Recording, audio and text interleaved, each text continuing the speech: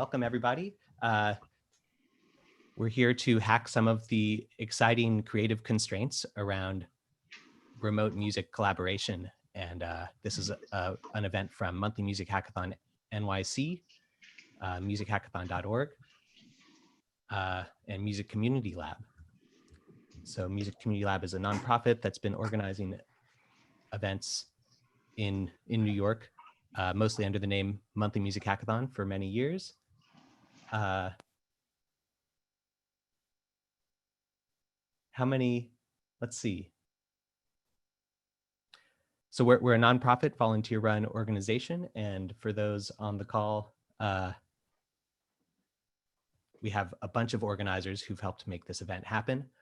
Beverly, Brendan, Hugh, Inza, Jason, that's me, Katarina, Owen, Shigari, Steph, Taylor, and Victoria. And you also, if you are interested in organizing future events, please reach out. We're at Remote Organizers on Slack.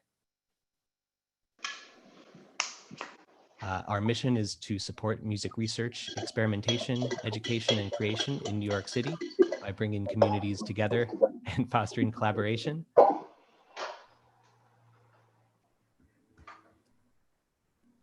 Our principles are music above all, to promote diversity across backgrounds, perspectives, and abilities, drive personal growth through creation, collaboration, and communication, and cultivate a safe environment for innovation and experimentation. So our typical event is an all-day hackathon format. This is from way back in February 2014 at Etsy.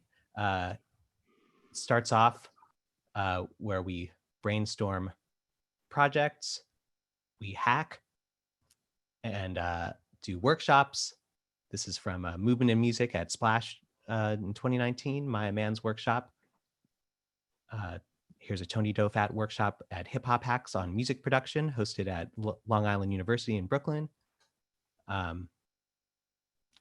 Here's from a Teaching Diversity Through Music at the Music Education Hackathon in 2017 at Spotify. And at the end of the day, people share what they worked on as demos and performances. So here's a performance from 2016's New Musical Instruments Hackathon, from the Games, Music and Games Hackathon, from Songwriter Lab last year at the Leslie E Lab, from the Music Accessibility Hackathon, and Live Code Lab last year hosted at NYU Magnet. So yeah, so welcome. And we have a very exciting opportunity to present a remote music event and try to hack some of the constraints around remote music. So music has always been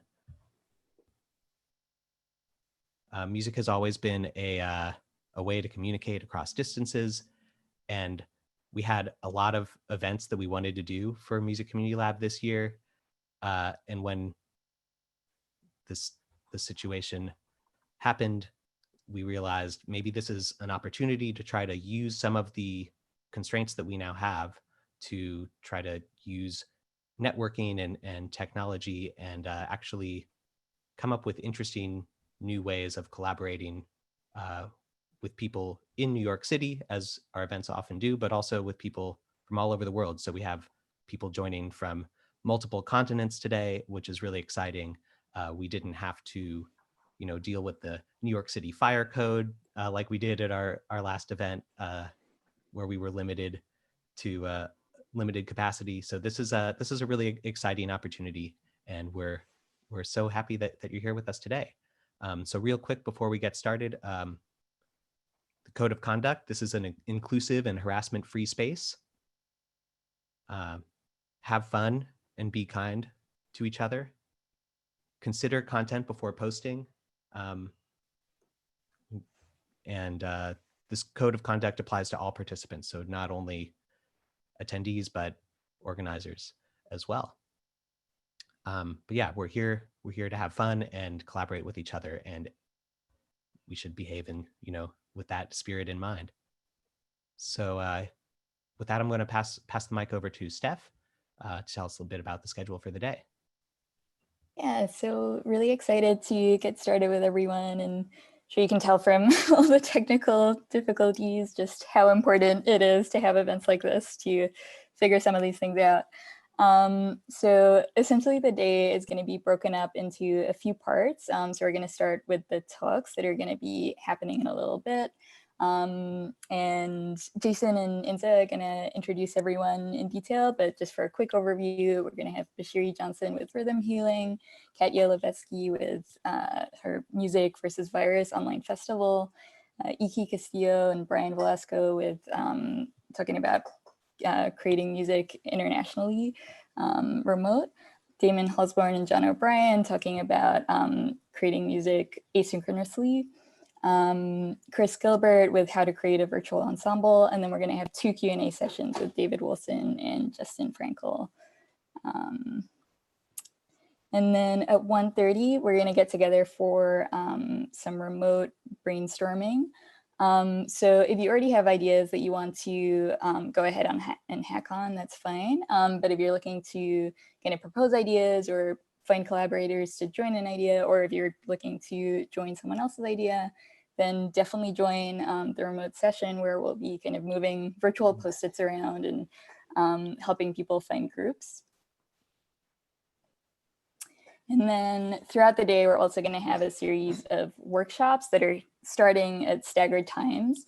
So 2:30, we're going to have Hot Play by Rick Robinson. That's going to be looking at going over Hot Play the app and talking a little bit about how it's made and WebSockets. Next, we're going to have at 3 p.m. Join a Metronome by Kris Johnson. So that's going to be kind of talking about the tool for actually streaming music with people in different locations to a metronome. At 4 p.m., we're going to have How to Touch Music by Aaron Gee and Jen Cutler, which is going to be looking at how can we kind of stay connected through music and touch at distance. And then at 4:30, we have an exciting new addition from one of the participants who just joined in the Slack, which is going to be an actual kind of multiplayer jam sometime between 4:30 and 5, depending on when the others end. So you can join any of these at any time. You can hack or join workshops or both, completely up to you.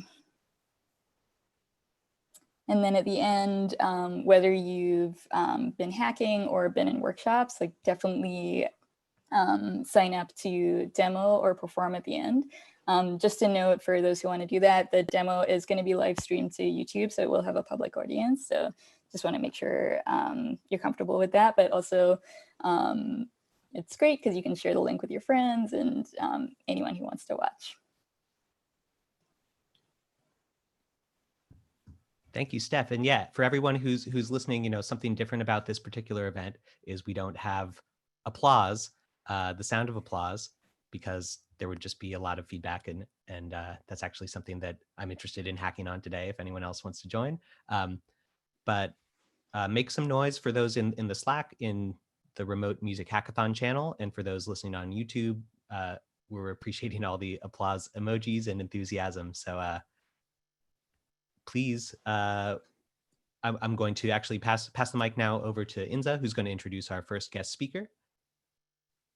And Inza is a fantastic established composer who I don't even know how to begin introducing you, but I'll take it over. I welcome, want to thank Jason for all the work you've been doing. It's been amazing. You've been leading this push to make this happen from the beginning, and we just want to say thank you. And I think everyone should give Jason a round of applause wherever you are. Yeah. All the organizers, really. Yes. Thanks, Inza. Steph and Shigiri and Katarina and everyone else. But yeah, Jason, as Jason said, I'm a music composer, but I'm also a math teacher for 6th, 7th, and 8th graders. And I've been teaching for 12 years at Bank Street College. But I love technology. I'm not a hacker. I do come from the world of advertising, doing music for jingles And also lately I've been working mostly in sports and with ESPN, the NBA, WNBA, ESPN's films, 30 for 30s, documentaries. And right now I'm pitching a couple of stories to Monkey Paw Productions. That's the team with Jordan Peele. They're in charge of the Twilight Zone right now. So a lot of projects, a lot of things brewing. I have a podcast coming up, but enough about me. I'm so grateful to be part of this event. I got in touch with Dan, the monthly music hackathon. Got to meet Katerina and everyone else, Jason. And I love that event. And the hackathon was well organized. I said, I want to be a part of it.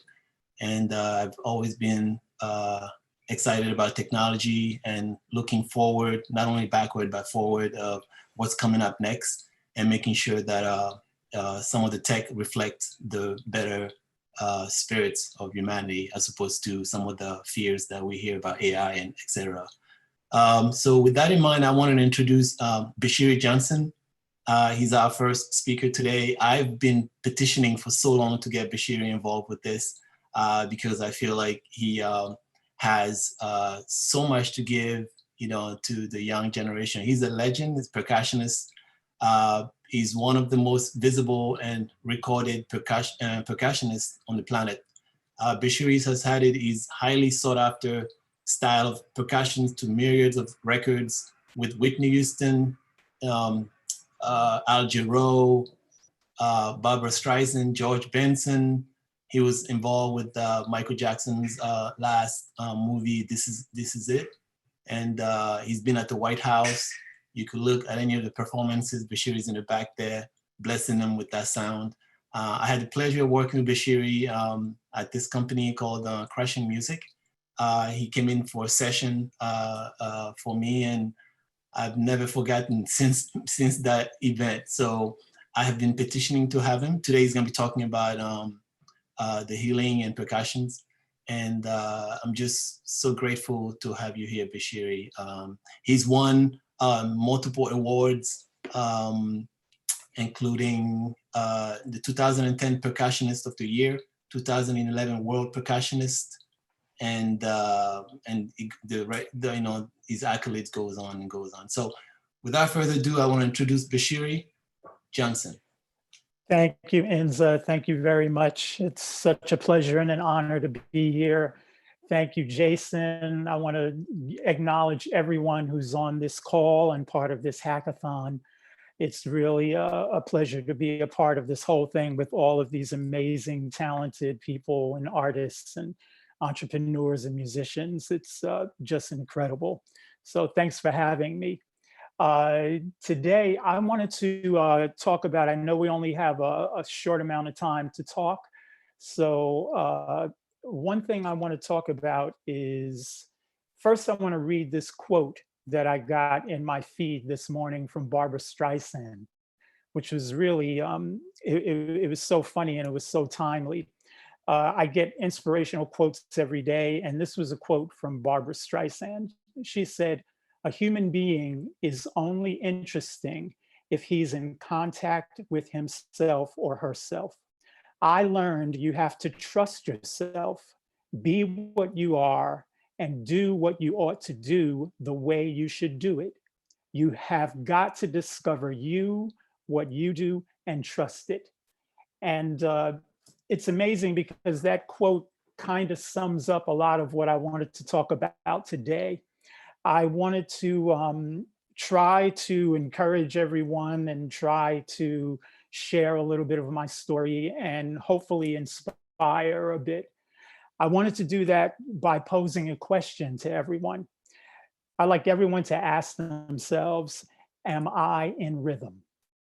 Am I in rhythm?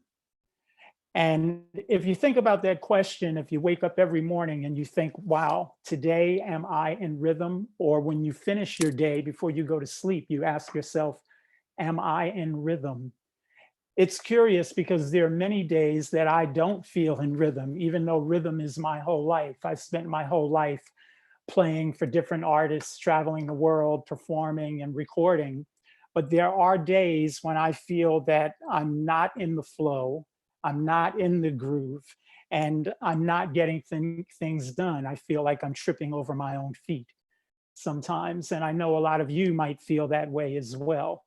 So today I wanted to pose that question, and I wanted to offer a couple things that could be helpful in helping us all to get in rhythm, and helping us all to feel like we're in rhythm, and helping us all to feel that our lives are moving and flowing and in the groove of the rhythms that we have in ourselves, and our rhythms that we use to connect with our art and connect with the world.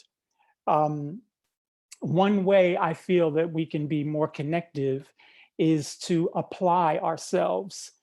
To apply ourselves is to stay in motion, to always be in motion, and to not stand still.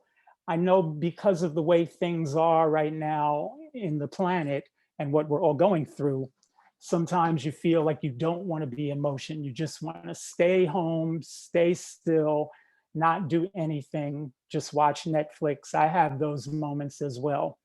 But we have to stay in motion in order to achieve our goals. Also to engage, and that's what we're doing today. We're engaging, we're interacting, and we're being locked in and connected together online, and we're connecting with our thoughts, our ideas, and we're making a connection together as human beings. Also to apply ourselves, we have to believe in our dreams. Without our dreams, we're not going to get anywhere. We're not going to go anywhere. Another number two on my list of what we can do to be more in rhythm is to advocate. To advocate is to speak our minds, to say who and what we are, not to be shy about what it is that we do, but to actually say, hey, I'm a singer. This is what I do. I'm a manager. I'm an entrepreneur. I'm a technician. Just say what you do and be it. And lastly, to actually take action, adopt empowering habits, change our behavior, and to try and make a difference in what we do so that that can make a difference in the lives of others. So those are three things that I wanted to just share that are ways that we can be more in rhythm. Now, I want to talk a little bit about my life, where I came from and how I got to grow as a musician, as a producer, and as a human being. I grew up in the 60s and 70s in Bedford-Stuyvesant, Brooklyn. And when I grew up, Bedford-Stuyvesant wasn't the neighborhood that it is today. Today, it's highly gentrified, and there are multi-million-dollar homes. And that wasn't the case when I was growing up. When I was growing up, there was a lot of poverty. It was pretty hard and difficult time growing up. But I did grow up listening to The Who. I grew up listening to Malcolm X. I grew up listening to Jimi Hendrix. I grew up listening to Sly and the Family Stone. I grew up listening to Coltrane. All of these influences help to make me, me. And I think where we come from, who we are, what we do, these are the things that help to make us be the people that we are. If we can dig inside of ourselves and find out who we are and try to get in touch with who we are, we can share the best of ourselves with others. And sharing the best of ourselves with others will enable us to be the best person that we can be. So just want to summarize, am I in rhythm? That's the question that we can all ask ourselves. Am I in rhythm? If I want to be more in rhythm, I can apply myself by staying in motion, by engaging, by believing in my dreams and acting on my dreams. I will advocate. Another thing we can do is advocate, speak my mind, say who I am, be who I am, and take a stand. And lastly, to act. to act, to take action, adopt empowering habits, and change my behavior to be the best that I can be. I wish that I was able to interact with you guys and take questions and have an exchange, because that's actually, I really miss that human interaction right now with what we're going through on the planet right now. But I hope that I was able to share a little bit of something with you guys that would be useful. Thanks again for having me to be part of this talk. Inza, thank you very much. Jason, thank you very much. Thank you to everyone out there. I can't wait to talk to you and meet you all in person sometime in the near future. Peace now.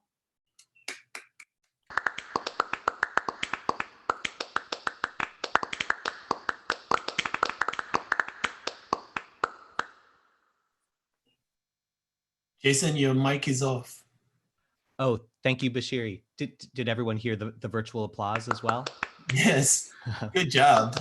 So, you know, we're trying to get that feeling of connectedness, and really appreciate you taking the time to be here with us today. And thank you everyone for all the enthusiasm on the live stream. There's a lot of virtual clapping happening. So we're going to keep moving along because we have a lot of incredible speakers, and what an all-star way to start. And up next we have, please welcome Katya Lipovetsky, founder at Katya, an art management company for international artists in the US market. I'm going to mute the clapping app for a minute. And Katya is also a brand ambassador at Sofar Sounds and an organizer of Music versus Virus, an online music festival. So we're going to hear a little bit about how the festival started in just 24 hours with over 40 musicians from across the US, Europe, and Israel, and all kinds of collaborations to make it possible. So please welcome Katya. Thank you so much, Jason. Pass the screen over to you. So I'm so honored to be part of this collaboration and to follow such an inspirational talk of Bashiri. It really resonates with me, all those ideas of connecting to your rhythm, especially now when we are so isolated, but crave so many connections. And this is also connects to how Music versus Virus started. So I'll quickly share my screen.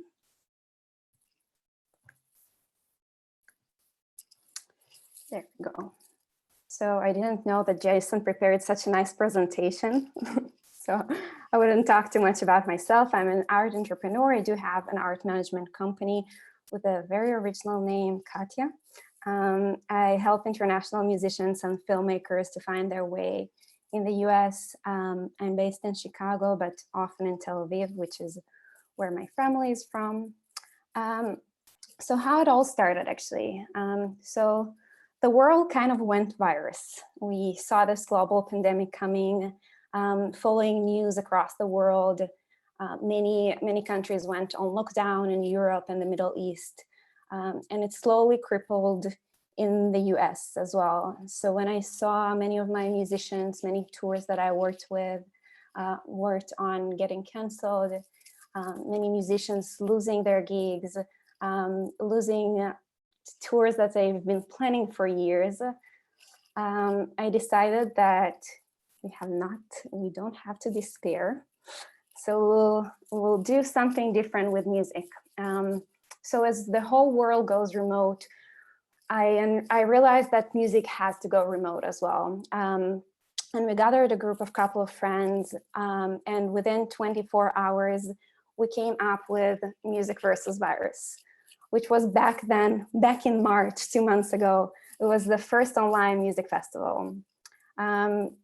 We chose a platform, we chose Facebook Live as our platform, started a Facebook event, collected a lot of musicians that we knew from our different networks, from Sofar Sounds, musicians that I worked with, many of our friends, and really joined them together into this collaborative festival. So let me show you a little bit of how it looked like. musicians were performing from their living rooms, each one in their setup, with the instruments they had. Some of them by themselves, some of them in couples, or even with a band. All of them were quarantined at the time. So they joined from different parts of the world, playing on Facebook Live. So we had over 50 musicians and bands. And our thinking process included a couple of milestones. So we had to understand, what really do we need to ensure those musicians who just lost their jobs a platform that will be sustainable enough, that will offer them experience, that will offer them a way to maintain connection with the audience, but that would also offer them an income that they lost. So our festival was entirely for free, but we did offer straight donations to the artists that are performing.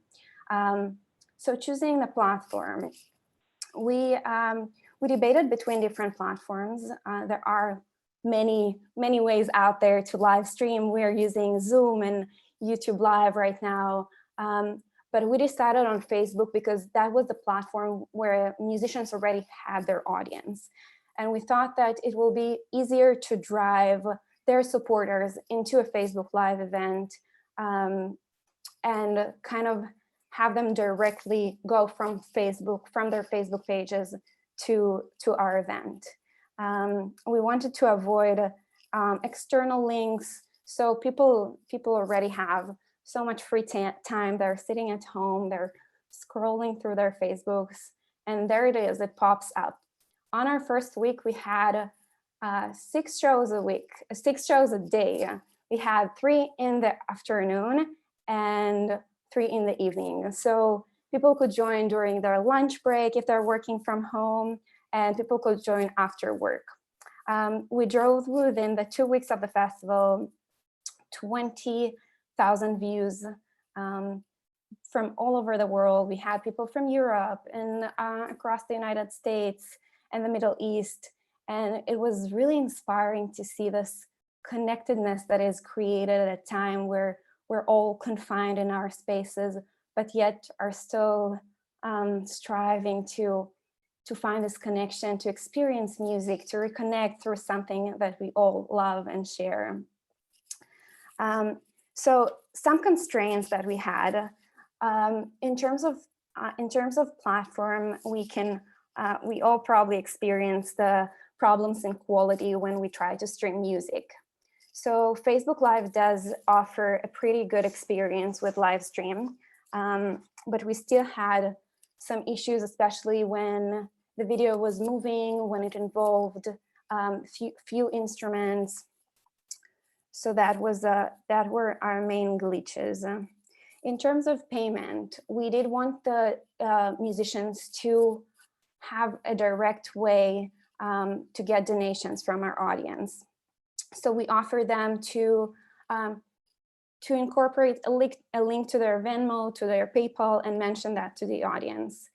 But as we see on other platforms, for example, YouTube, where we can incorporate a button on the screen that offers to straightly donate to the artist, that was something that we were missing on Facebook Live. Online culture. So it's funny, but throughout the 2 weeks that the festival ran, we saw such a huge difference between the first week and the second week. On the first week, we had a lot of views. People were really interested, and we had 6 shows a day. And on the second week, we saw the online culture changing really, really quickly. The social media platforms became oversaturated with different music performances, and this idea kind of caught up and exploded all over the medium. So one thing that one conclusion that we sort of had from that is that over time, people are less inclined to just consume music, consume talks, consume lectures, videos. We have a lot of opportunities to do that, but people are actually seeking that. A thing like an hackathon or an event where they can participate, where they can contribute, where they can become part of the experience. So I'm really happy that you're all here. And I hope that you will enjoy the hackathon and find your ways to kind of solve some of those technical issues. Please stay connected. You can find me on LinkedIn, Facebook, the Slack channel. Feel free to ask questions, share ideas. I'm always happy to hear more. You can also access Music versus Virus on Facebook, where we still have some of the live shows. So you can watch some of those amazing musicians perform. So good hack to you all. Thank you so much, Katya. Thank you. And thanks everyone again for the enthusiastic, oh, I need to enable the sound because I hear clapping in my headphones and I want everyone else to hear the clapping too. It's a really nice feeling, that sound of lots of people clapping. So we're gonna move along now to Icky Castillo and Bryan Velasco, two musicians who've created an international music studio. This so we'll hear a little bit about the process, and Doni Clemons as well is here with them to talk about the process. So please welcome Doni Clemons, Icky Castillo, and Bryan Velasco.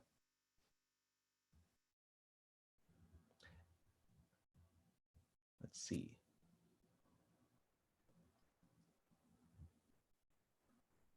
And I'm not sure if we have audio just yet. Oh. I'm not sure if we can hear you. Is this Bryan? I'm gonna rename you to Bryan. Hey, Bryan. Check 1, 2. Yes, we got you. Welcome. All right. Sorry about that. Technical difficulties. Thank you for being here. That's what we're here to hack. Wonderful. Icky's having technical difficulties as well. Okay. Can you all hear me? Yeah, I can hear you. So I worked with Icky a while back.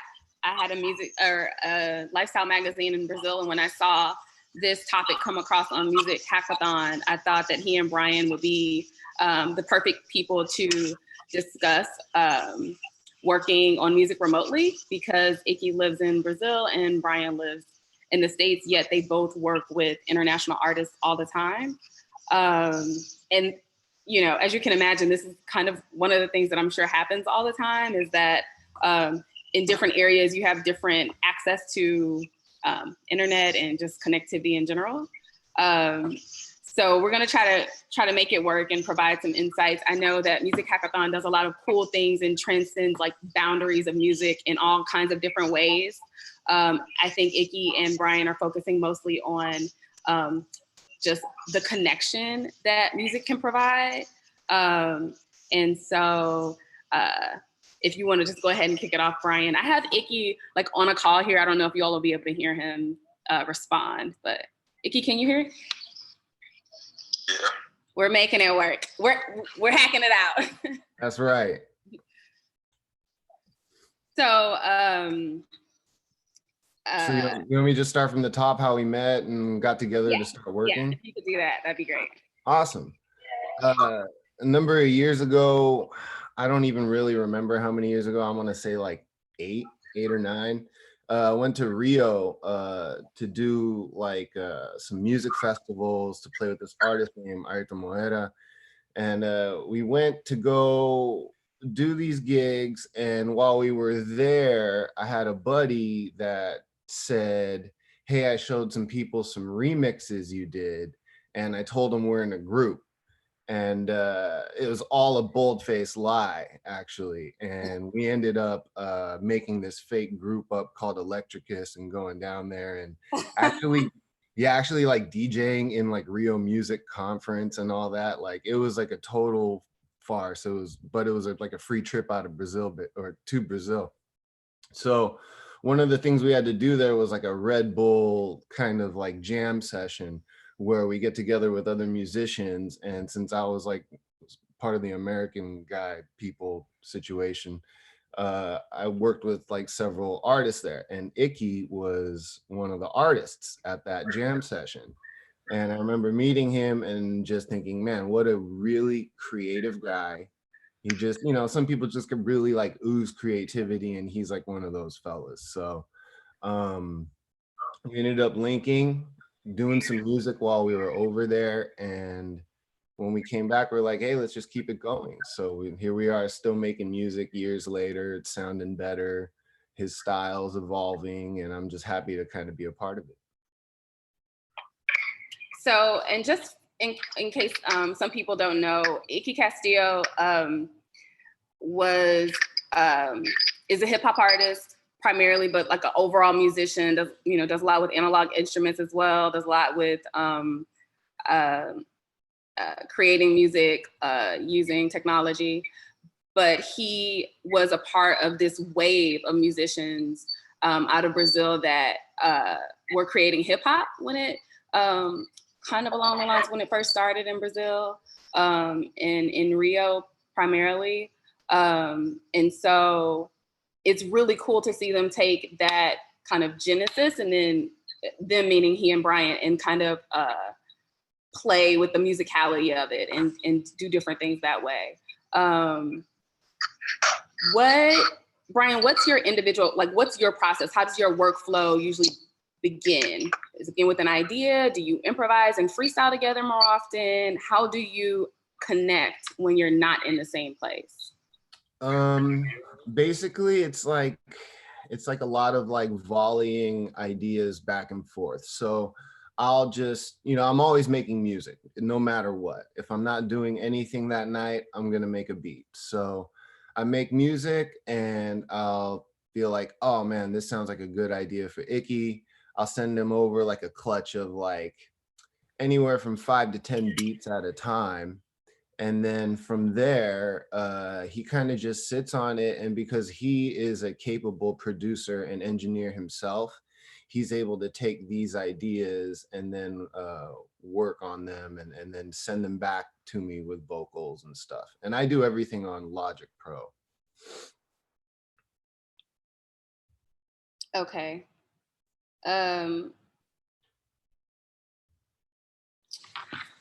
How would you say that you all translate like your innate musicality to a digital platform, and how do you do it with a collaborator?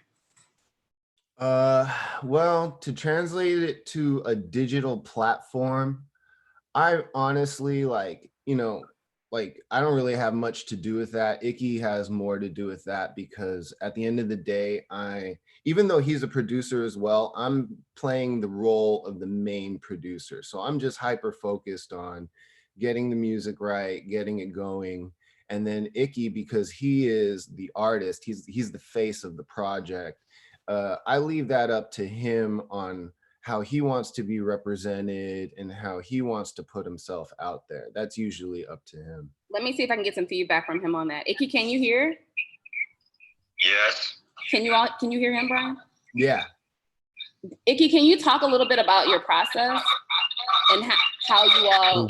We're getting some feedback here. Yeah, there is. Wait a minute.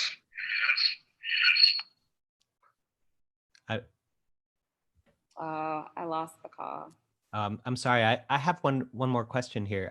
Which is, so you're talking about collaborating using Logic. How do you share the sessions, and are there any challenges that you would recommend? You know what? That hackers work on today to make that process easier. Honestly, because of the fact that people work on different DAW platforms, I try to keep everything super simple, just really, really simple. Like, here's the track, even basic ideas. I try not to like make everything like there's effects like reverb and delays and stuff. I try to keep all of that to a minimum so that he can put some sauce on it if he wants. And then when he sends it back to me, then I can tame it or do whatever I want with it. But as far as full-on sessions, I usually try to steer away from that, because it just seems like you're gonna run into a situation where this guy doesn't have this plugin, this guy, you know, is using cracked plugins, and now it's making his whole session shaky and it's quitting. So it's basically just keeping it as simple as possible, just really easy. Maybe here's the keys, here's the drums, here's the bass. You do something with it, and then I can get it back and then do something with it after that. But usually just WAV files, no sessions, no full on like stuff like that, because especially, you know, in certain places, they don't got like the same cracked plugins, or they don't got like the same access to the same technology. So as long as you keep everything like sound files, it's pretty universal, it's pretty simple. Cool, thank you. You're welcome. What are some of the issues you all have run into?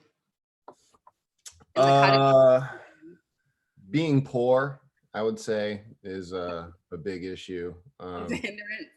Yeah, no, I think a big issue is just, you know, sometimes access to technology where, like, you know, Icky's from at times, you know what I mean? Sometimes you got a buddy with the studio that can record you, and then sometimes that buddy gets evicted and now you need like a new studio to record in, you know? So I think just resources is probably the biggest hurdle, but set aside from that, the internet makes things so easy. So I would just say just the place to record things is maybe the only hurdle.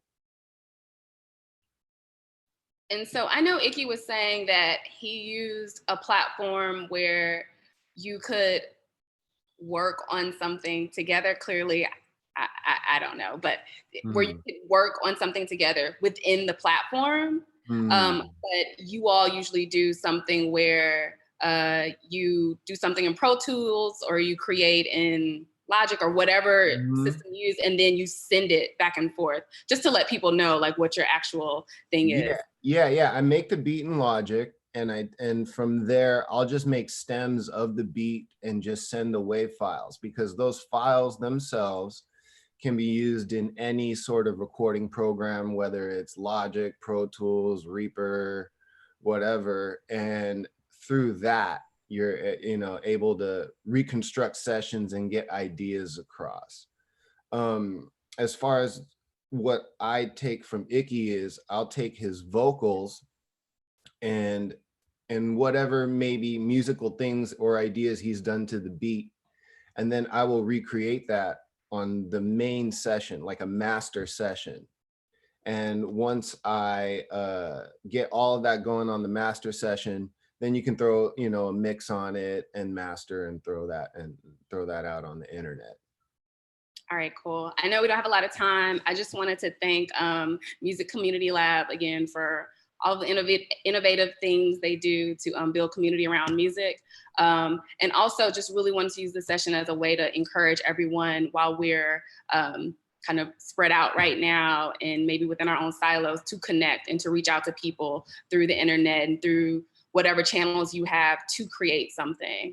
So it's hopefully inspired in that way. Yep. Yeah.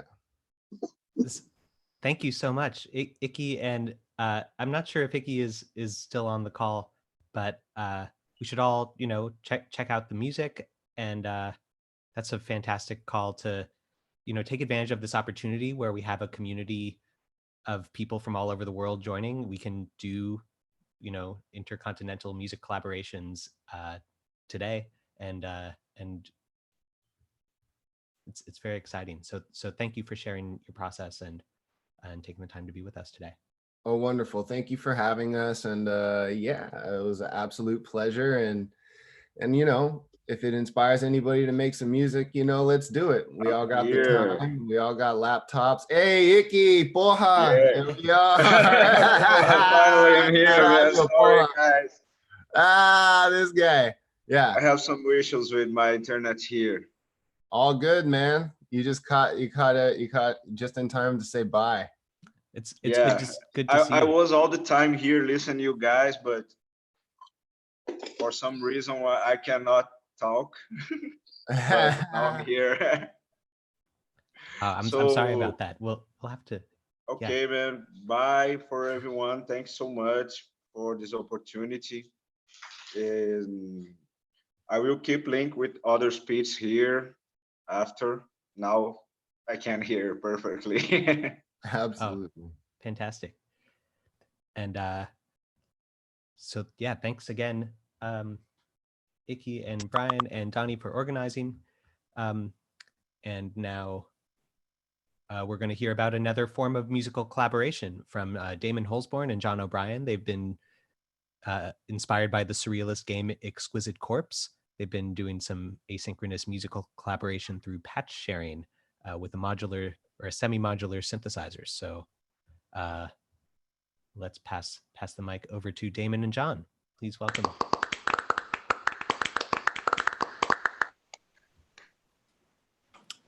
Hello, everyone. My name is John O'Brien. I'm a drummer and composer, and I'm here with Damon Holzborn. Today we're going to talk about what we call Exquisite Coast, our latest collaboration, which is a synthesizer-based collaboration.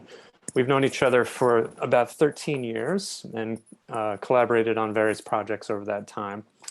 Recently, I had shared with Damon a recording I had made of myself. It was an improvisation on drum set and the No Coast synthesizer, which you're going to hear more about shortly, which is a wonderful little synthesizer. After I shared that with him, he suggested that we do some kind of collaboration with the No Coast as its focus. And this was, I think, just after lockdown had really started to happen here in New York. And it was an asynchronous creative project that we certainly could have done under more normal circumstances, but it was really well suited to the current situation. Why do we call it Exquisite Coast? You may have already guessed that it's a tip of the hat to Exquisite Corpse, the old surrealist game, which I'm sure many of you already know. If you don't, it's a collaborative image or text game where you follow some set rule or you only reveal the end of the previous person's contribution, save if you're writing a text or creating a drawing. Again, it was developed in turn of the century Paris by the surrealists, and the name Exquisite Corpse is said to have come from a line that resulted the first time they played this game, and that line was, "The exquisite corpse shall drink the new wine." Okay, before we get into the details of the game, first a bit about the instrument. The No Coast is a single voice, patchable, semi-modular synthesizer made by Make Noise. It looks like that. The semi-modular comes from the fact that it is a standalone instrument designed to work with or without the use of patch cables. The necessary connections have been made from circuit to circuit, so it operates as an expressive musical monoset. The modular and semi-modular comes from the 1/8" jacks that you use to reconfigure the signal flow of the instrument, and which also allow you to send and receive signals from other Eurorack compatible instruments. East Coast synthesis is a term applied to the synthesis technique derived from those developed by Robert Moog in his work in the 1960s in Trumansburg, New York. West Coast synthesis is associated with the work of Don Buchla, who was working from Berkeley, California at the same time. The designers of the No Coast sought to be loyal to neither, thus No Coast synthesis. The basic process for playing Exquisite Coast is simple. First, create a patch and record a performance using only the No Coast. We call this the prompt. Then, document the state of your No Coast at the end of the prompt recording. Finally, share your prompt for others to use to create their own recordings. We call this the response. There's a set of guidelines to further guide this process. You can read the full list on the website, but here are a few highlights. All sound and control comes from the No Coast. No outside MIDI or control voltage. All interaction is through the knobs and buttons of the No Coast. The response author should use the knob positions of the prompt as they explore the patch, but a response recording need not start at those positions. Constraints are a valuable tool for artistic creation. They focus the mind and prevent one from being overwhelmed by options. Even an instrument as seemingly simple as the No Coast has enormous depth. The constraints imposed by Exquisite Coast encourage a deeper dive into the instrument in order to really explore this depth. Speaking of those constraints, one thing that's been very interesting to me in this project is it's created a dichotomy in the creative process for me. We have this prompt piece which offers you pretty much total freedom, of course, within the constraints of what's possible on the instrument, as you saw. Whereas the response offers a set of relatively rigorous instructions. You might call it, like, musically speaking, a pre-compositional plan. I'm a big fan of the artist Saul LeWitt, who is well known for his wall drawings, where he creates a set of instructions for the execution of the drawing. I'll just read an example of the instructions for wall drawing 134. A not straight line from the left side to the right, drawn at a convenient height. I find this very similar to what we're dealing with when we do our response piece. Basically, we get these straightforward and relatively simple instructions, connect these wires, set these knobs to these positions. But this often yields results that defy easy prediction in a similar way, I think, to the drawings that I mentioned. For me, this dichotomy, this back and forth between the freedom and the constraints has created an exciting feedback loop where realizing Damon's instructions not only yields the response piece itself, but it creates a lot of ideas and momentum that end up flowing into my next prompt piece that I send off to him. John and I have created a web app to make the task of notating and sharing these patches easier. With it, you can create patch notes that are stored in your web browser. And when you're ready, you can share a link that contains your patch so that others can recreate it. Visit ec.russell.works to play Exquisite Coast, or visit ec.russell.works/hackathon for a list of additional resources. And we hope that anyone who participates in this project will share their patches and recordings. One way would be the usual social media places. More specifically, there's also the Lines Forum, which is an online community hosted by Monom, who are an instrument maker. The Lines Forum is specifically for folks interested in various aspects and methods of electronic music making. We've established a thread there that you can be a part of if you so choose. If you choose to share your work on SoundCloud or YouTube, also please let us know so that we can add you to the playlists that we have established there. That is Exquisite Coast. It's been really exciting to share it with everybody. Thank you all for listening. Fantastic. Thank you, John. Thank you, Bryan. Round of applause, and people are making some noise in the Slack and in the web app, but which maybe only I can hear. So up next, we are going to hear from, oh, and again, the website ec.russell.works/hackathon.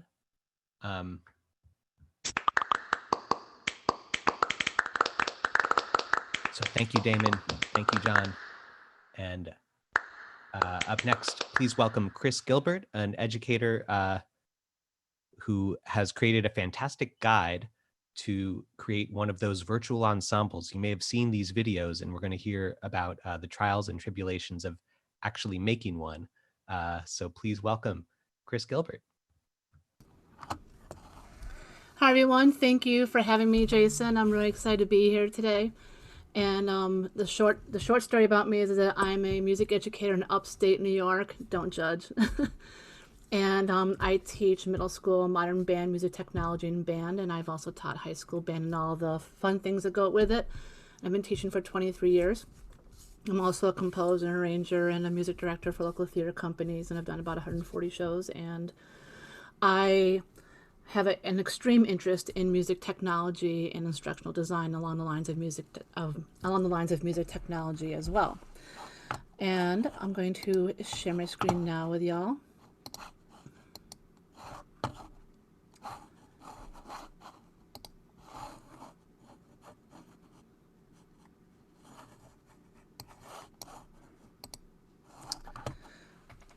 All right, so I'm going to try and keep things short because I know we are running a little bit short on time. But my talk is about how to create a virtual ensemble currently and what I've had to do as a teacher and educator to create this experience of coming together. And is not without its challenges for sure, and it's not for the faint at heart either. But it's not impossible. If you want to follow along and download my presentation, this is where you can access it at tinyurl.com/virtual ensemble, and there's a QR code there. And these are just a few, I'm just going to play a few seconds of each so I can keep it short, but you're going to get the gist in case you haven't seen these everywhere. This is a virtual modern band.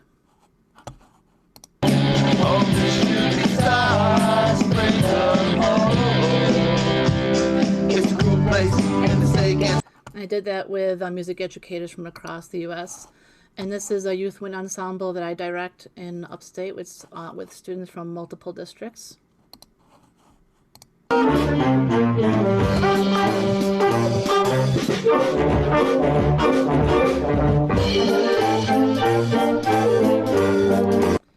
And then this is a virtual ukulele ensemble with 49 teachers from all over the world. There's a couple of international participants in this ensemble as well.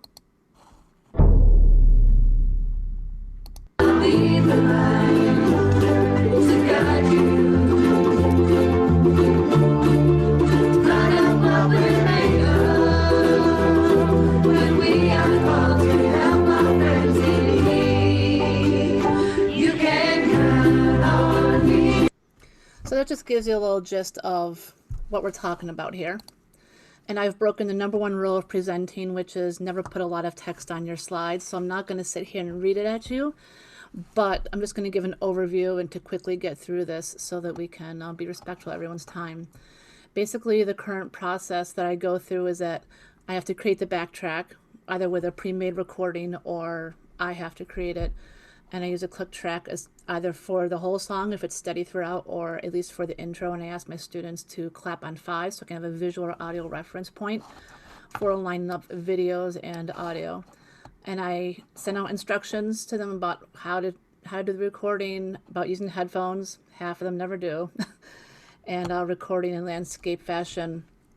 But again, some still don't, and I have to crop it and edit it. And then I have to provide instructions on how to tune the video, and I've been collecting the videos via Google Forms, because you can collect videos through Google Forms if you check off all the right boxes, or via Flipgrid. And I'll talk about the concerns on after I go through the process. So I create the backtrack with the intro and the click track. Oh wait, hold on, I gotta go forward. However, some difficulties have been the different devices create different file types, and movie editing software, not all of them, but may not accept .mkv, but typically and universally they all accept .mov and .mp4s. But also performers may not have the knowledge and the means to convert before sending, and I use Filmora to convert currently. When it's converted, I batch upload to Final Cut Pro, which is currently free for 90 days. It's a Mac-based editor. Then I have to line up all the videos, make sure that they're the right size and the right percentage of the screen and the right position, and put them in their spots. And if I choose, like in the uke ensemble one, I chose to make the videos fly in so that everyone could have like a little moment of cameo or feature, so to speak. But I also wanted to show that this is not a Zoom call where you show up and you all perform together, and I'm tired of the media promoting it as such, because it's not that. Because now principals are asking their music teachers, oh, can't you all just get the kids together and do one of those Zoom calls? Anyway, that's a whole other discussion. But it's not live, and the best way to do it is like get together, sing happy birthday, and they understand real fast how this is not just a show up kind of thing. Anyway, but a fun fact is that if you have everyone landscape, is that you can have a squared number of videos, like 4, 9, 16, 25, 36, 49, and so on, and you configure the percentage from there. There's some math that goes into this, and I use a PNG image for the grid overlay that I made in Photoshop. Then I have to line up every individual video with the backtrack, or if you do the audio first and then do the video, it's kind of like a what came first, the chicken or the egg type thing. But it's all personal preference. There's no rhyme or, this is just my process.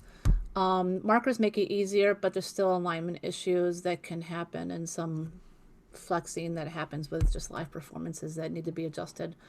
And then, but as I drop them in, the rendering process is slowed because the CPU load increases significantly. Like I get to about 15 videos and it's just impossible to see. And I've tried to reduce all the usage possible on the program and computer to help aid in that rendering process and not getting that herky-jerky preview. But that is, like with the uke ensemble, I had to use 3 different videos layered and mapped on top of each other. So that was, I physically mapped where everyone goes, and there was still some coverage issues, accidentally covering somebody else. But then the project space, the visual access for teachers, it needs to be easy. Just because we're music teachers doesn't mean that we know how to do this. I'm lucky that I know how to do this, and I'm kind of a nerd in this aspect, but not people just assume that music teachers are trained video and audio editors, and we're not necessarily. And then I remove the video audio off of the video, and I drop it into Soundtrap. Soundtrap.com is an online DAW, and I batch convert all of my movies into MP4s because then it can just drop the MP4s right into Soundtrap to edit.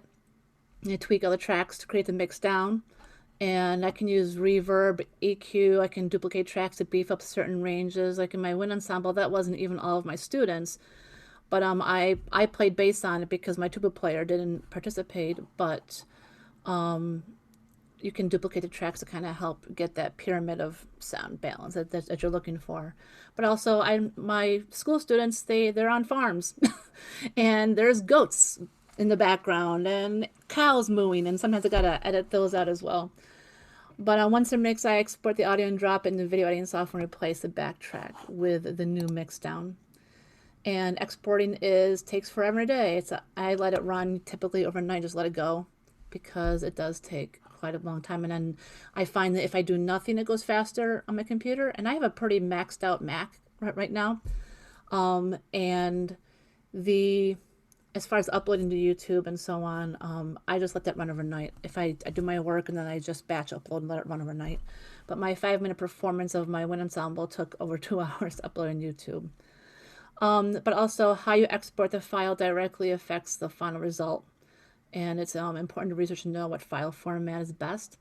But this can be confusing for those who don't have a lot of experience in editing. So some of the concerns I just want to touch on really quick is time. Time is precious. As an educator, I might have 25 hours of contact time with my students in a concert season, and we learn 3 to 5 songs.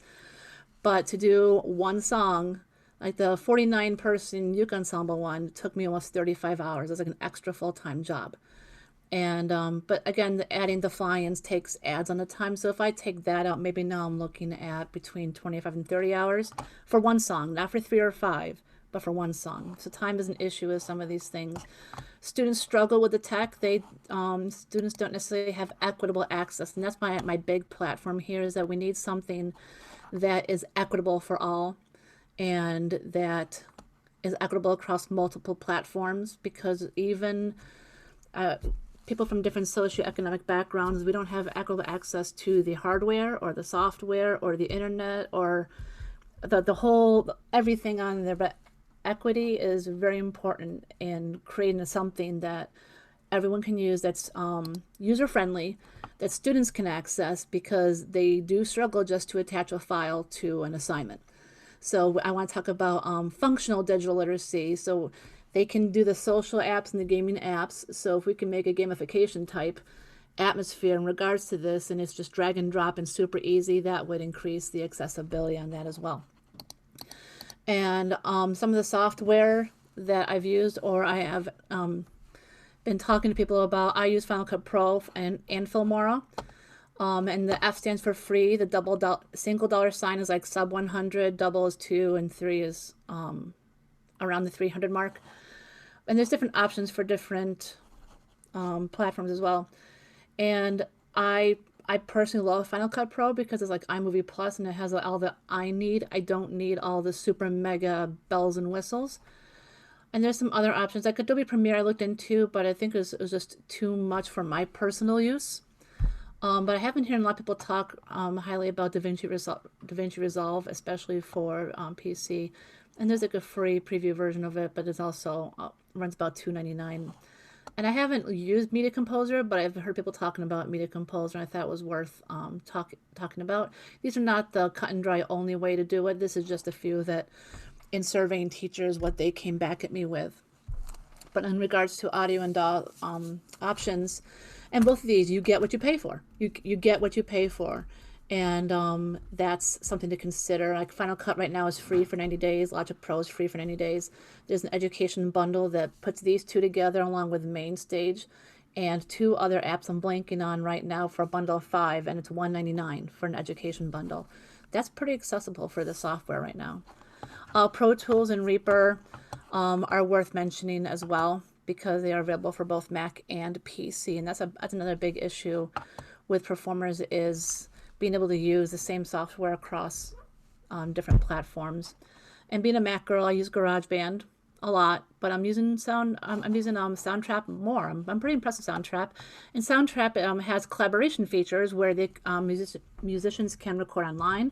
I've had my students record their individual tracks. It's not a live recording at the same time feature, but I've had students drop in their recording, they hit save, and then I hit sync, and it's boop, pops up. And the next student drops in their recording, save and sync, save and sync, save and sync, and then I have everyone in one file, and they can hear each other while they are recording. And BandLab functions very similarly the same way. So my dream solution as an educator and a performer is number 1, equitable for all users.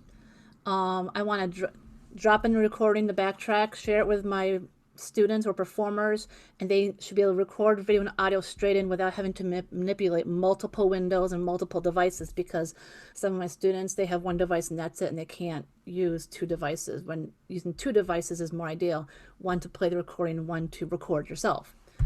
Kind of like acapella app, but on steroids, but the ability to preload it, and available as an online program accessible from all devices, perhaps with an app companion. And to make the individual videos editable from within the grid. Filmora has a split screen grid where you can drop videos in, but then you can't slice and dice the videos to get them lined up after you drop them. So they have to be sliced and diced before you drop them into the grid. So, and make audio effects applicable within the grid. Titling multimedia for image overlays, customizable grid options based on how many people you have. And of course, the export options are important. And a pie in the sky solution is where large groups of musicians play together while hearing each other, because obviously we can't do that on Zoom, and it's just a silent rehearsal. I have my kids play, and I play a recording, but it's mics off. And but so I'm kind of glad I'm going before JamKazam, because I'm curious as to what he's gonna have to talk about, or with a NINJAM, and but the ability to be online, be together somehow, hear each other, react to each other, and record video and audio with a master audio mixer option. I don't ask for much now, do I? But I'm wondering if JamKazam or NINJAM can help bridge that gap. So I'm curious to hear about that. And also recently, Real Music Solutions came out with a rehearsal live share, which is not really bridging that gap. It's just a way to talk all at the same time. But that's my plug and what I've been doing and the struggles I've had, but the solutions I've come up with. And it takes time. It takes time to make these videos, and this is not just throw them together and it's done in an hour. But right now, it's not currently possible and accessible to my students or performers because of the inequitable access to high-speed internet, lag, latency, and inequitable access to high-quality hardware. So feel free, thank you. Feel free to reach out, and here's how you can contact me. Thank you for having me. I really appreciate being here, and I'm really looking forward to today. Thank you so much, Kris, and an incredible guide for anyone interested in creating a virtual ensemble video, as well as really good prompts for hackers. So that's part of what we're here to do today is to try to innovate on this process, and also a perfect segue into our next 2 guests we have coming up right now, coming up in at the very end, sort of headliner, the creator of or two headliners, I should say. The creator of Reaper will be joining, also NINJAM, as you mentioned.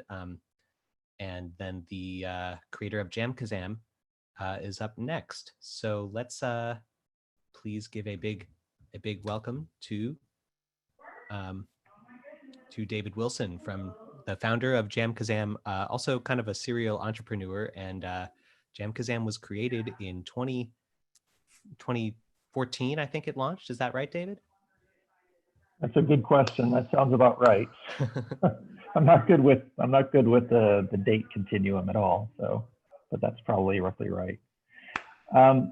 Jason, I'm going to suggest that it might be a good idea for me to just shoot out a YouTube link. And since everybody's kind of connected right now, if just because of the degree of skepticism and everything around this topic, if everybody just mutes yourself and hits that YouTube link and go 20 seconds in, what that is we have a virtual music festival scheduled for a week from today. And I took unedited clips from pre-event sound checks with the bands who are performing over a platform. And you can check it out there and just watch that for a minute. Actually, we can come back and talk a little more. If you share the link, I will broadcast. I did. I put it in the chat. Great. And JamKazam is a platform for playing music live with other people over the internet. But of course, there's a lot of challenges that we've been talking about and experiencing even today in terms of latency. And so we're curious just to hear a little bit about how JamKazam has approached solving these. So let's see, I'm going to do a little screen share. Doing this in Zoom is beyond me, so I'm glad you're able to do it. I got it here. So here's a preview. I'd skip to the 20-second mark in there and skip what just happened here? The boring textual stuff up front. There you go. Okay, and is there?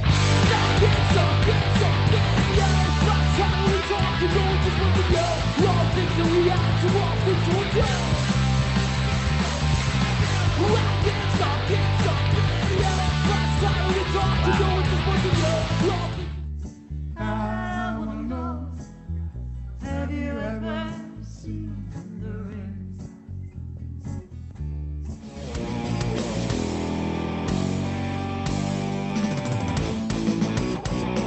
So I think this gives a good idea of what JamKazam is enabling, and the question is how does this work, and what are some of the challenges in making this work? So there are a myriad of challenges, and we've been kind of just chopping through them, kind of chopping through the forest, and we're not at the end yet, right? There's still more stuff to be done. And frankly, we've been undercapitalized the whole way. If we had ever had enough money, we would have gotten a lot of this done, a while ago. But that said, I think if you think about doing this, just throw out video for a second and focus on the audio part of the problem. You've got latency, and everybody who plays music is familiar with latency, because even in person there's latency. The speed of sound is about 1 foot equals 1 millisecond. So if you're sitting 20 feet away from somebody on a stage, you have 20 milliseconds of latency, right? So the speed of light, you're kind of arbitraging on the speed of light on the internet backbone, and you can go about 100 miles in a millisecond on the internet backbone. So that gives you the ability to play with people far away.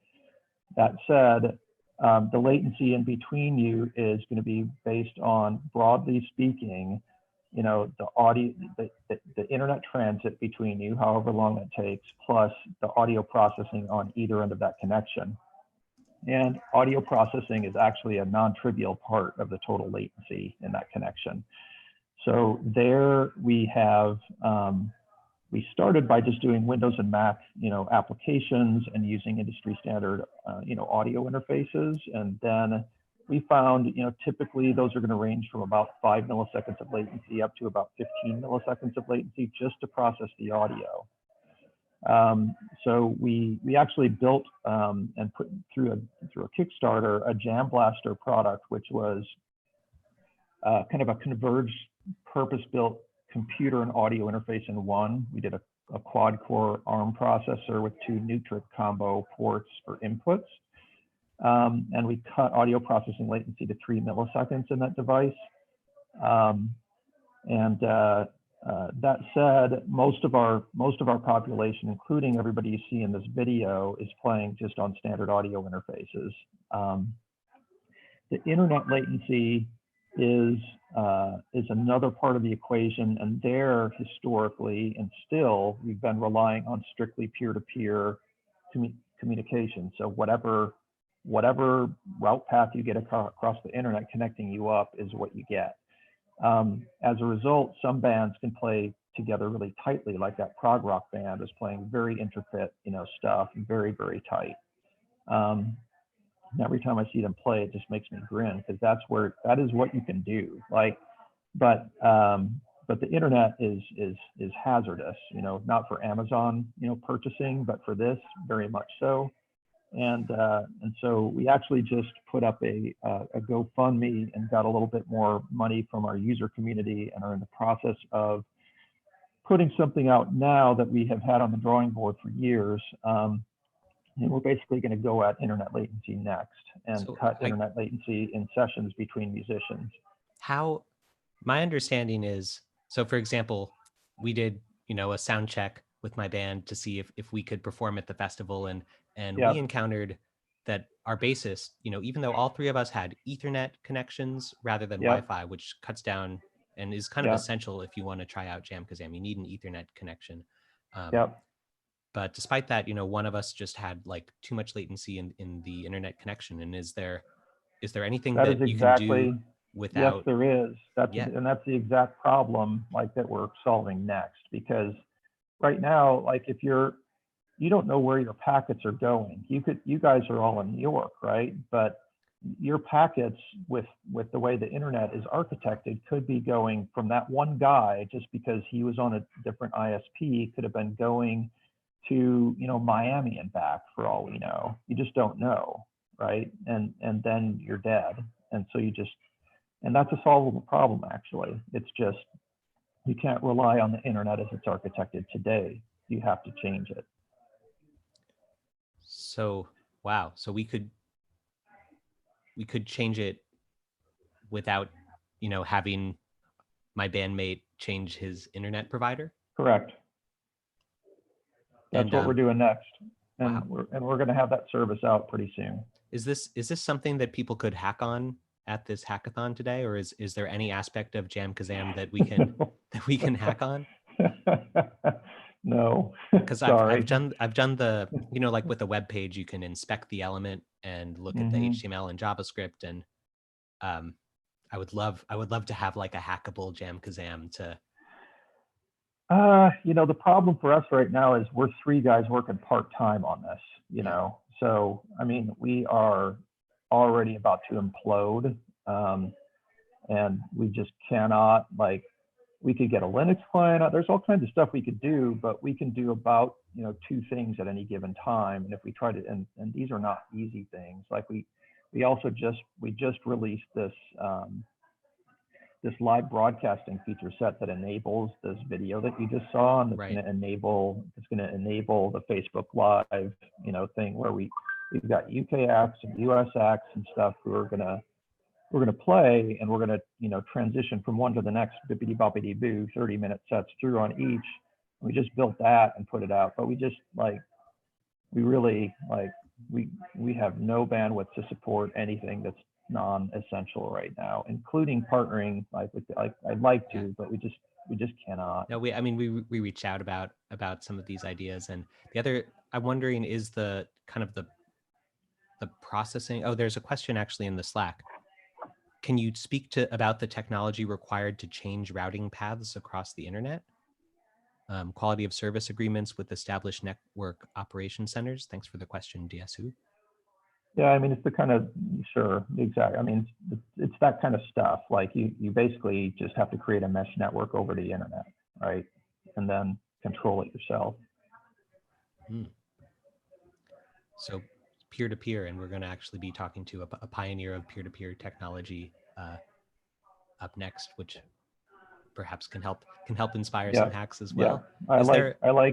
I like Reaper. I have used Reaper. It's a nice product, and so very cool stuff. And yeah, thank you, David. Any final words of inspiration or guidance for people looking to hack on remote music? I have a question. Yeah, Inza. Hey, David. Yeah. So I remember back in the days when I started working in advertising, you could do remote sessions where they would have a server on the other side of the country, and someone else you would buy this service, log on and start recording. The engineer would be in one room, and then they record the vocals somewhere else. The clients are there.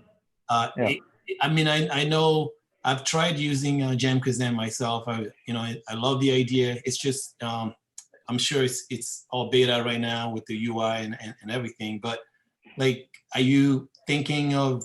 And I'm not saying you should disclose anything. Is potentially using some of that technology that we had before, using it, implementing it now, or are you thinking of something totally different to take care of the latency and issue? Well, it'd be different because it's a different world today, right? Networking is different today. And frankly, part of the reason we've had to wait is because networking was such a cluster, for such a long time. So the advent of cloud stuff, helps to make it more possible, especially if you're undercapitalized as badly as we, have been and still are.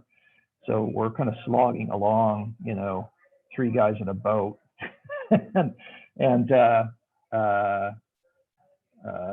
yeah. So it's similar stuff, right? It's just it's more complicated than that. You can't set up dedicated, lines and things like that. You have to be a bit more spry and more distributed.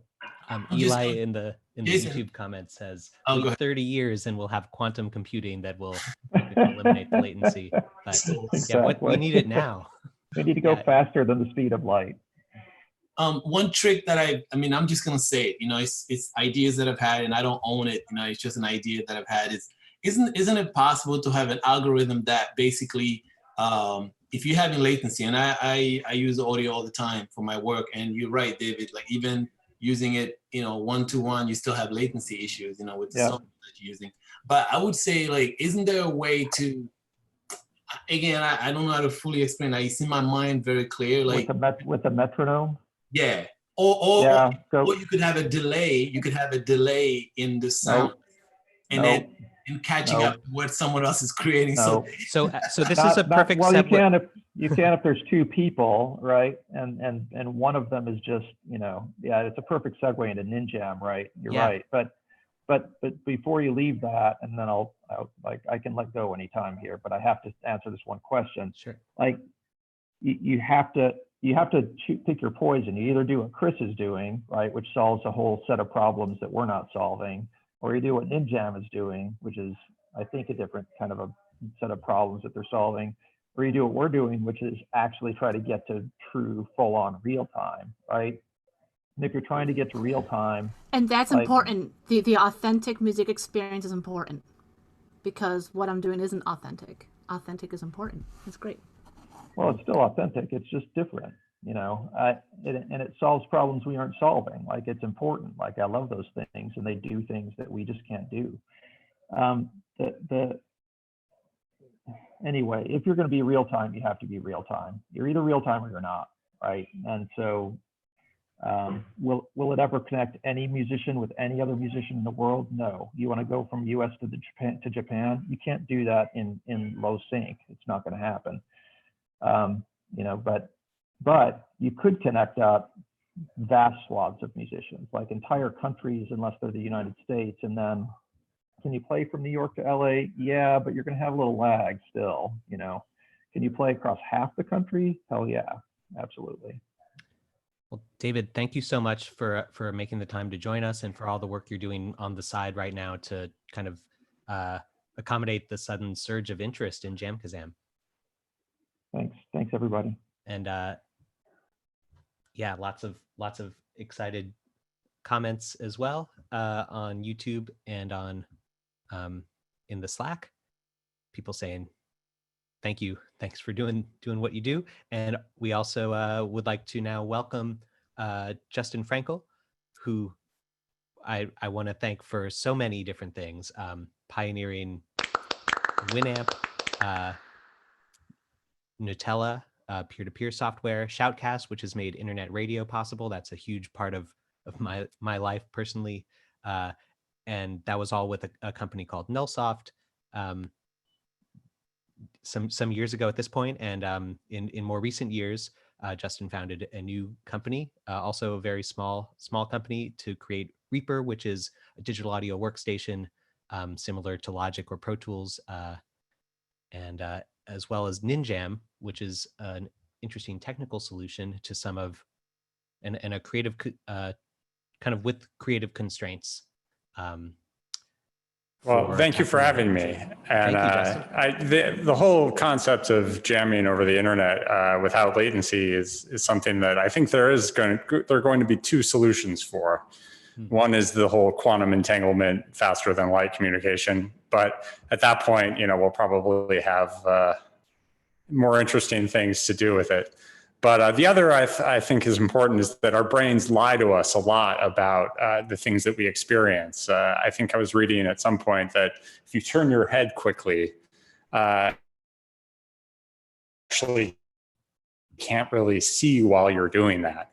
But they take the old image and the new image and they just give you this whole thing after the fact so that you can perceive that you were actually looking at things during the movement.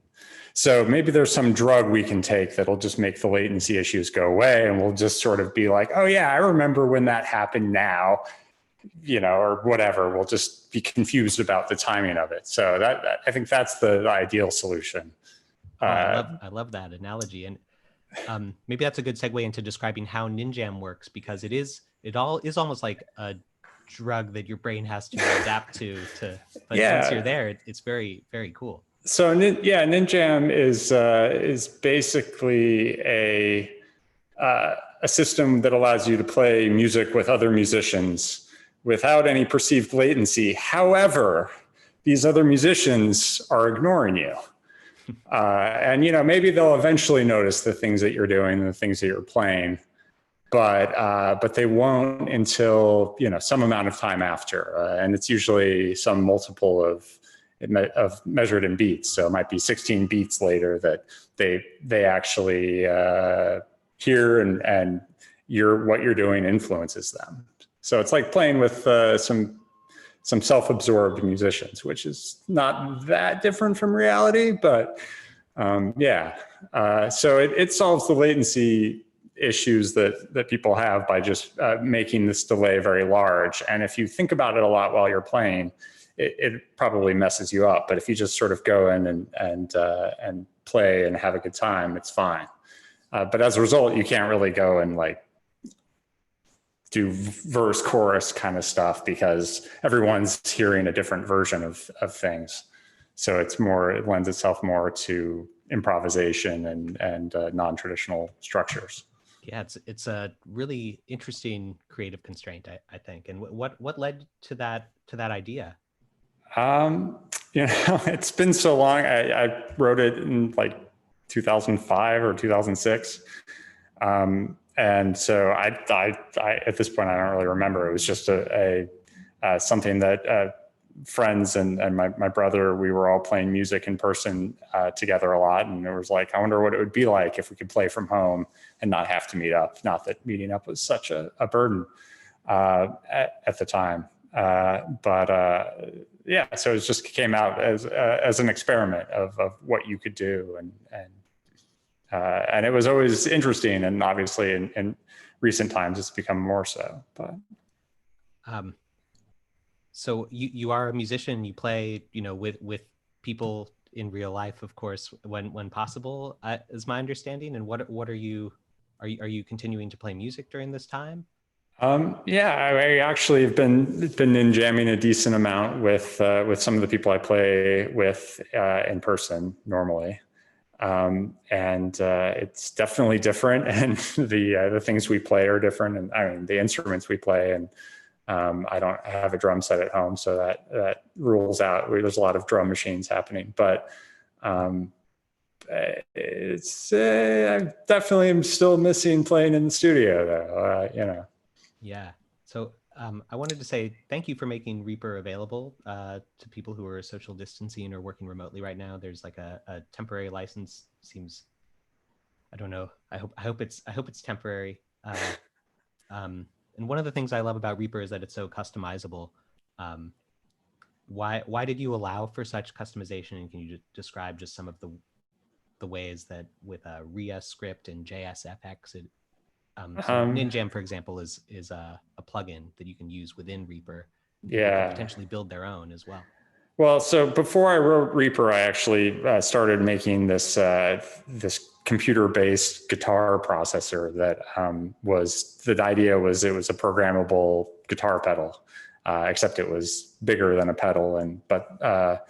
So I made that, and it was interesting and for playing around with. And then I made NINJAM, and then actually after doing those two things, I sort of had a lot of the domain knowledge and was essentially writing a lot of things that would be a digital audio workstation. And so at that point, at a certain point, I was using Logic for the PC, and then I moved to Vegas, and so then at some point I wanted to just have more control over the tools I was using, and so I just started making Reaper. And then NINJAM and the Cheesasonic got sort of folded into that in terms of just having all this code that I'd written for something that was interesting, and then I could go and add it.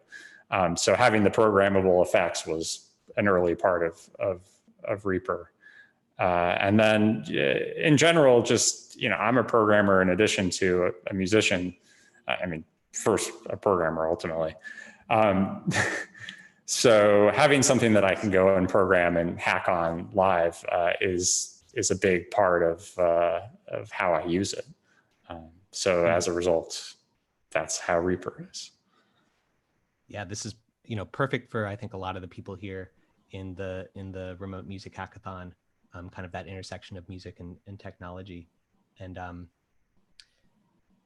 I mean, I have so many more questions for you, but I know we said we would only take up so much time. I guess one question is, what motivated you to develop Shoutcast, which was for internet streaming? And are there any analogies of like maybe an opportunity right now that people could be working on?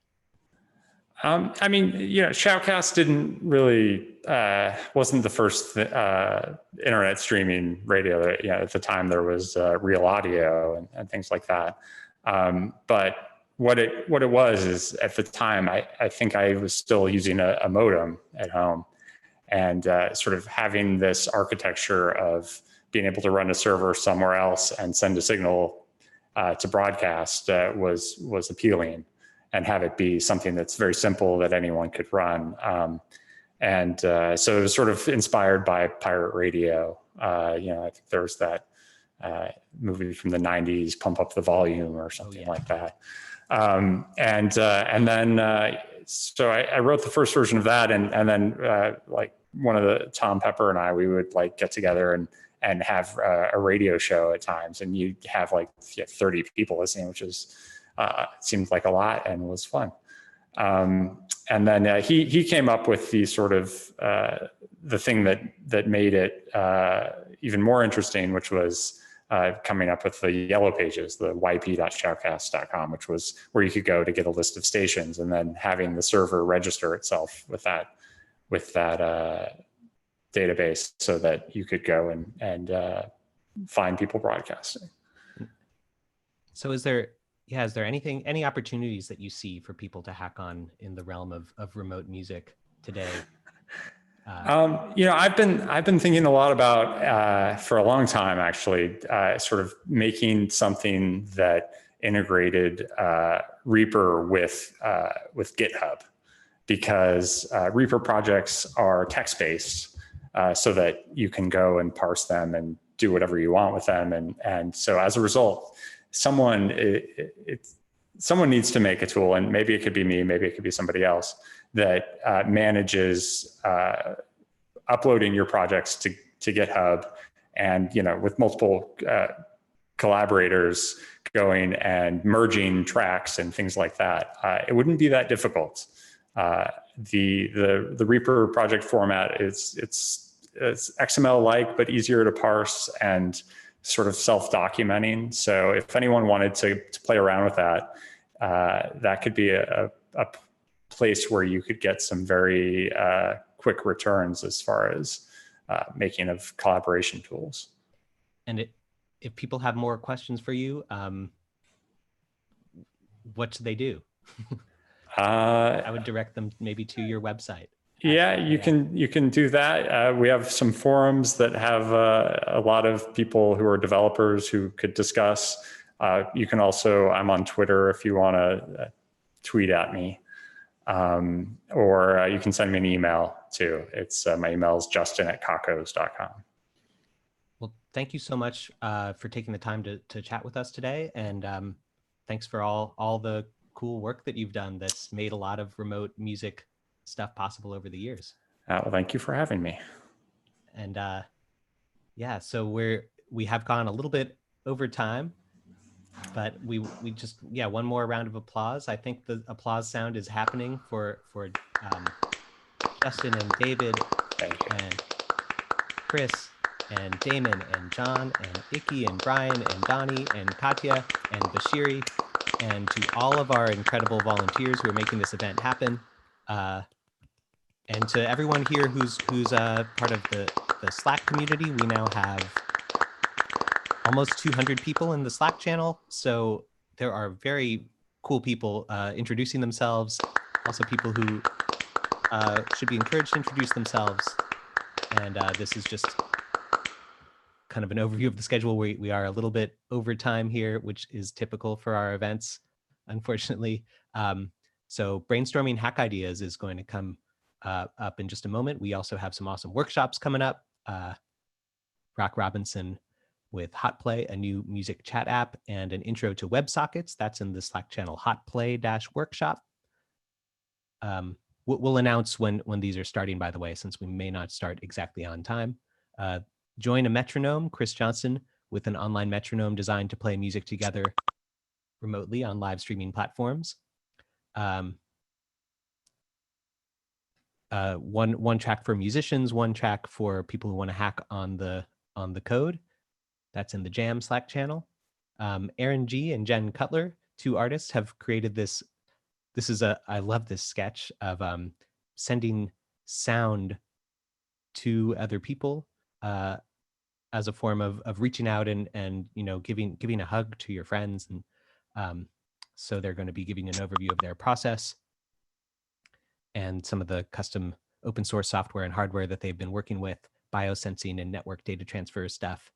That's at around 4 o'clock. Stay tuned for more on that. And we'll have a live jam using an online step sequencer in Remote Team Loops Slack channel.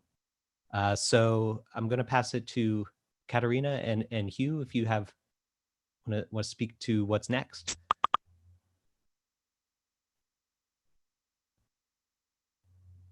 Or I'll just say really quickly, to share a hack idea, post a new thread in the Remote Music Hackathon Slack channel and include a description of the idea, tools you plan to work with, what collaborators you're looking for, and a Slack channel for your project.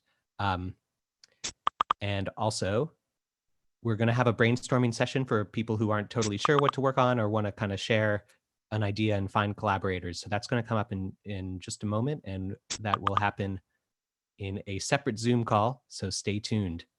And I think for now, we are going to be signing off of this live stream. Thanks so much again to everyone. Oh, and the music that we've been listening to, Lenny 417 with Biscuit Garden Nightlife, and Lee Rossevere with Do What You Can.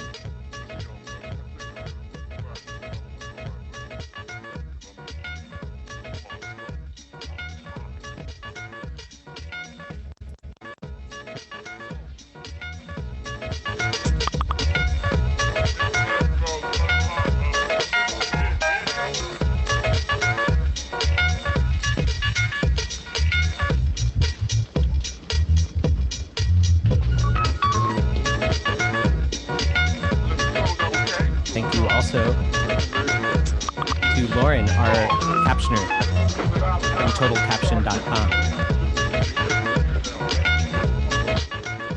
And thank you to Spotify for allowing us to use this Zoom account.